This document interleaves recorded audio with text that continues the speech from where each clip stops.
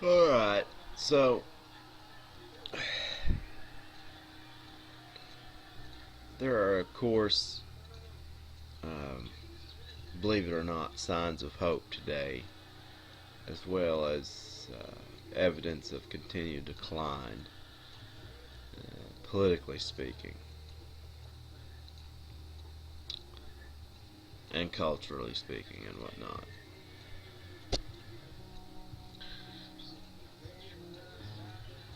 Felt that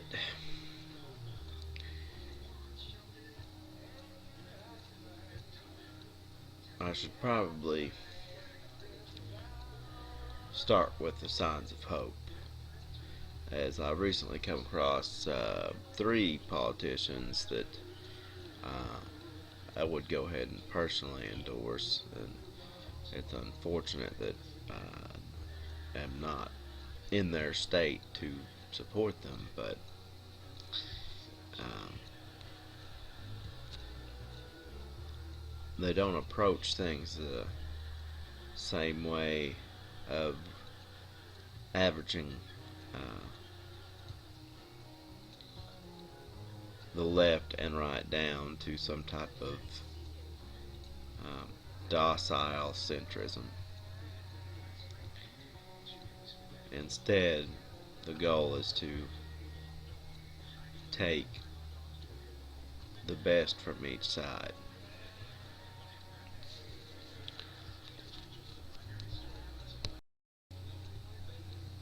So first, we're going to start with a candidate in Florida that I came across uh, while on Twitter, uh, and I've watched some videos on YouTube.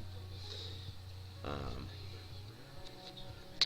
David Seaman, uh, and yes, there's people on YouTube that like to make jokes about the man's last name, but he's running for Congress in Florida in the 20th district in 2014.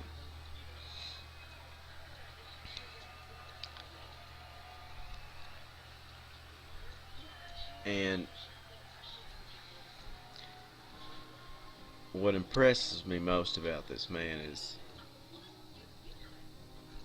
he has the guts to come out and attack the Patriot Act in a time when most people in our culture either are blind to it, uh, programmed by the media to believe it is something that is necessary, um,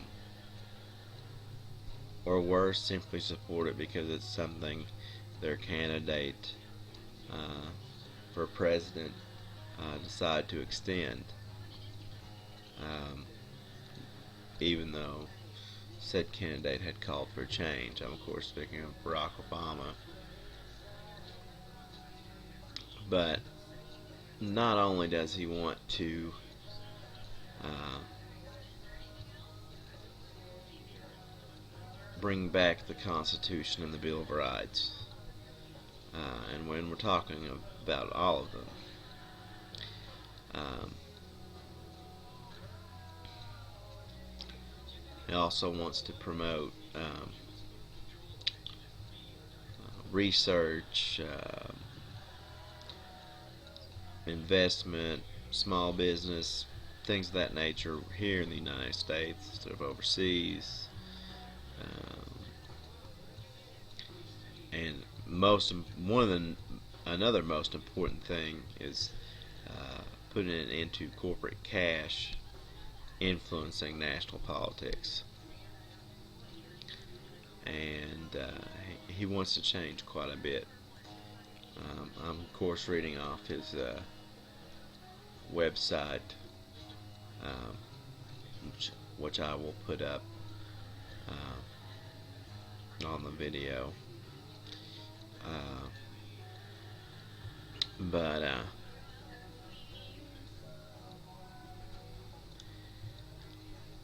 he comes out and calls what we live in exactly what it is. Uh, we live in a post 9/11 police state where there's warrantless wiretapping uh, of citizens, American citizens, violence against peaceful protesters, surveillance camera. Now, personally, I'm a big fan of Michel Foucault, so I'm always concerned about surveillance society and the whole disciplinary power um, that that represents. Um, and also, he brings up the idea because recently there's been police who intimidate people who are filming their activities, um, even when they're filming from their own property. Um, that doesn't seem right to me. Anyways, this guy is someone, if you live in Florida in the 20th district, this is the person you need to vote for in 2014. Uh, I'm not a person who trusts many politicians or believes in many politicians, but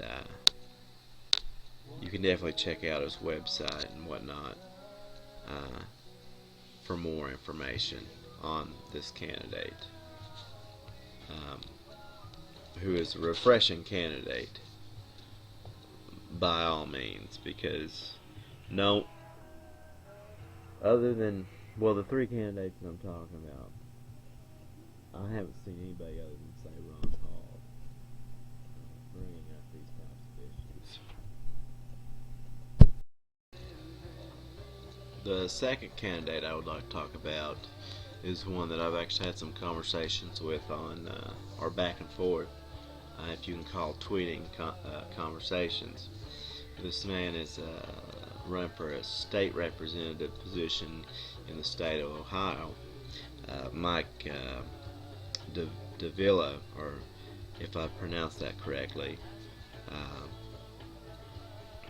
But again, I will put the website up here on this video so you can check out his issues and see for yourself. But this is an interesting candidate because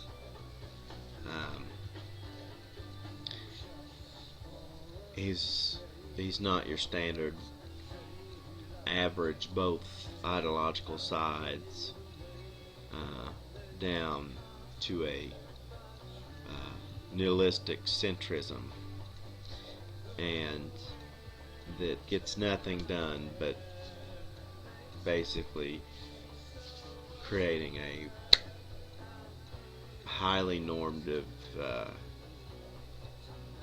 socially controlled society, and an unhappy one at that, and that will eventually lead to dystopia. But anyways, he's running for state government. He seems to take good ideas from both what people consider left and right, rather than averaging down, as I stated. There's the focus on the devastating effect of high taxes, overregulation, and huge government. And not only that, but then there's a focus on refocusing on world-class education.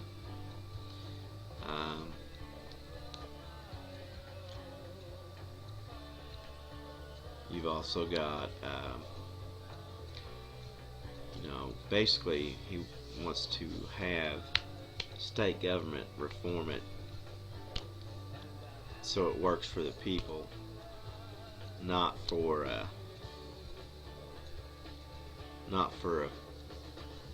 few of the people at the very top. Um, he also is not one of these people, even though he seems to be fairly fiscally conservative. He's not one of these people who uh, just wants to let senior citizens fall by the wayside. Um, he advocates for veterans. He's got great ideas on comprehensive energy policy. Um, you know,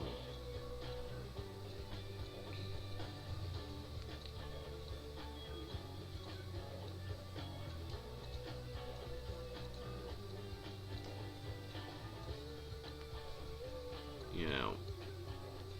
So I know some people may not have liked the Keystone Pipeline thing, um, but if done correctly, uh, it could have seriously reduced gas prices. Um, increasing oil supplies from Canada, um, creating jobs.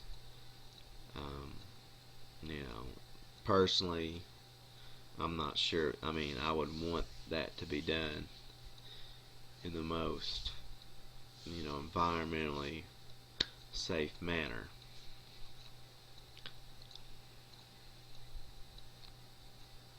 And he does.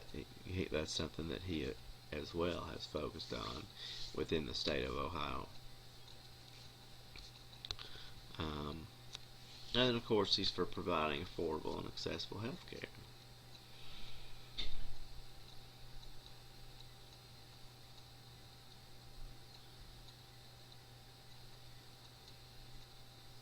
You know,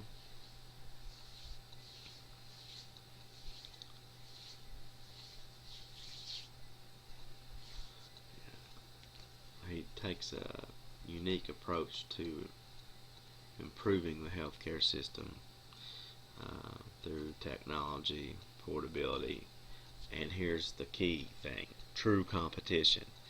Uh, Very key. Uh, no one, you know, and I don't understand this, but hardly anyone ever questions the antitrust exemptions that health insurance companies get. Uh, and I honestly believe that if you had increased competition from an economic standpoint, you would drive down healthcare costs and also increase quality and access. Um,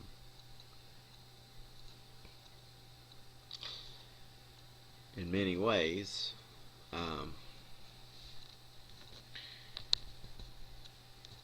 there's not much on here that I read that I personally would disagree with.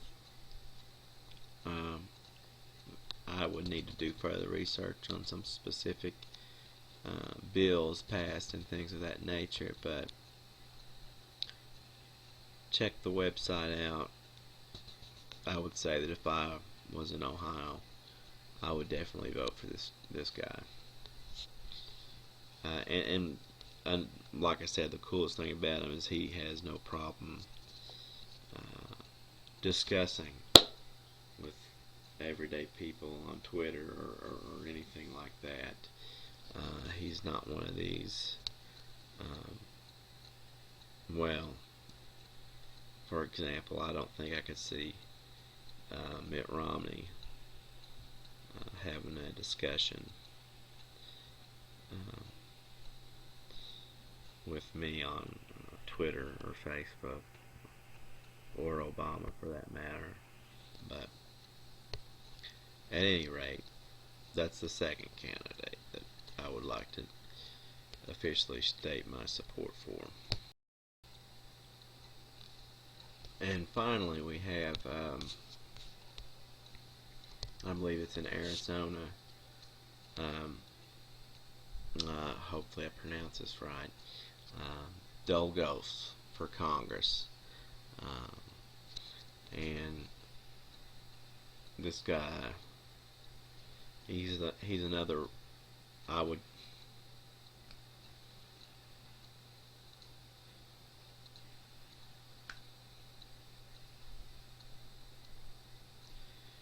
would say a Ron Paul type. Um, he strongly supports the Second Amendment,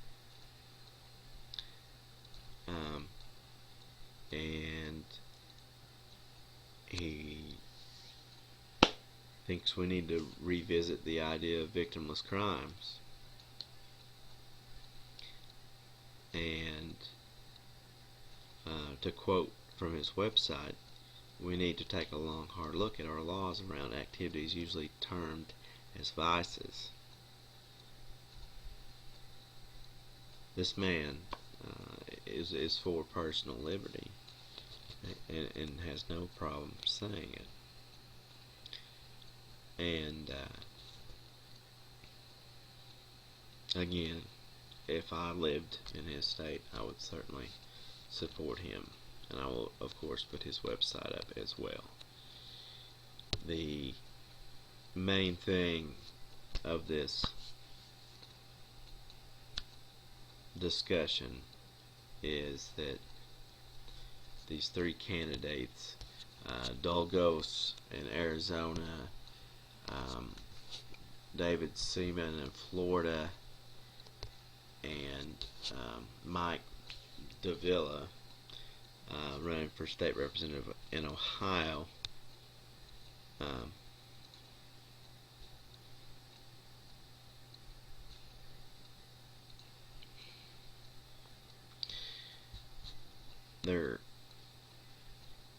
They seem to represent a new type of politician because they all seem to take the best from both quote-unquote left and quote-unquote right. For example, Dolgos and his I support the Second Amendment, but I'm also against making vices criminal or treating them as crimes.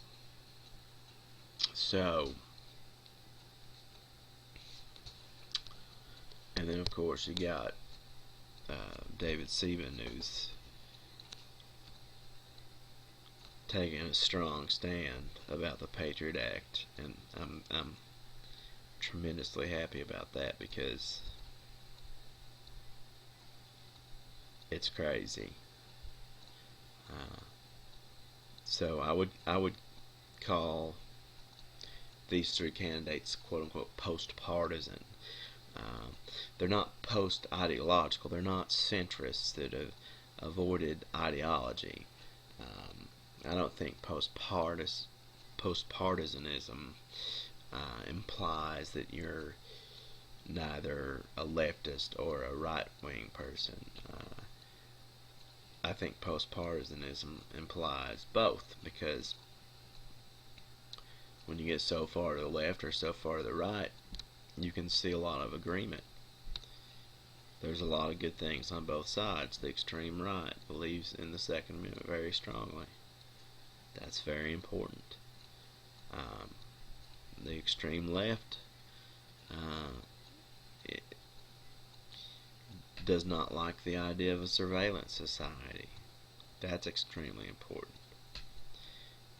And what these three candidates prove is that you can combine what's best from both sides. And by sides, I mean left and right. I don't mean Democrat, Republican, because in all honesty,